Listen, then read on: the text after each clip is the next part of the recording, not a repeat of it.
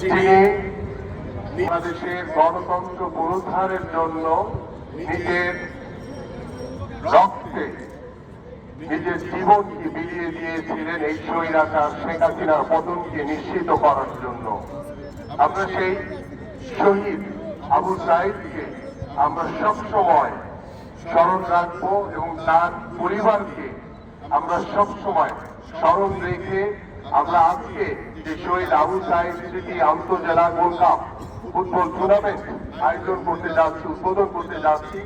আমরা বিশ্বাস করি যে গত 17 বছর এই স্বৈরাচার সরকার বাংলাদেশের মানুষের উপরে যেভাবে জুলুম নির্যাতন নিপীড়ন চালিয়েছে, আমরা সেই স্বৈরাচারকে গত জুলাই আগস্টে এবং দীর্ঘ 17 বছর ধরে আন্দোলন সংগ্রাম যুদ্ধ করে তারেক রহমানের নেতৃত্বে আমরা বাংলাদেশ থেকে স্বৈরাচারকে তাড়াতে সক্ষম হয়েছে।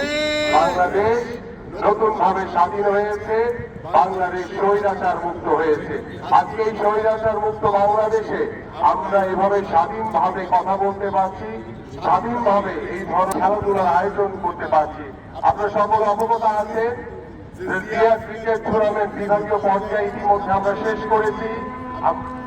আমি যে কথাটি বলছিলাম যে আমরা ইতিমধ্যে ক্রিকেট টুর্নামেন্ট বিভাগীয় পর্যায়ে শেষ করেছি এবং মরহুম আরাফাত রহমান কোকো স্মৃতি ফুটবল টুর্নামেন্ট বিভাগীয় পর্যায়ে চলমান রয়েছে এবং এই দুটি টুর্নামেন্ট শেষে এবং আমাদের ঢাকা মহানগর উত্তরে আন্তঃথানা ফুটবল টুর্নামেন্ট ইতিমধ্যে চলমান রয়েছে এবং আমরা এই টুর্নামেন্টগুলো শেষ করার পরে আমাদের সবচেয়ে প্রিয় নেত্রী বাংলাদেশের তিনবারের সাবেক সফল প্রধানমন্ত্রী দেশনেত্রী বেগম খালেদা জিয়ার নামে আমরা মেয়েদের ফুটবল এবং মেয়েদের ক্রিকেট শুরু করবো ইনশাআল্লাহ।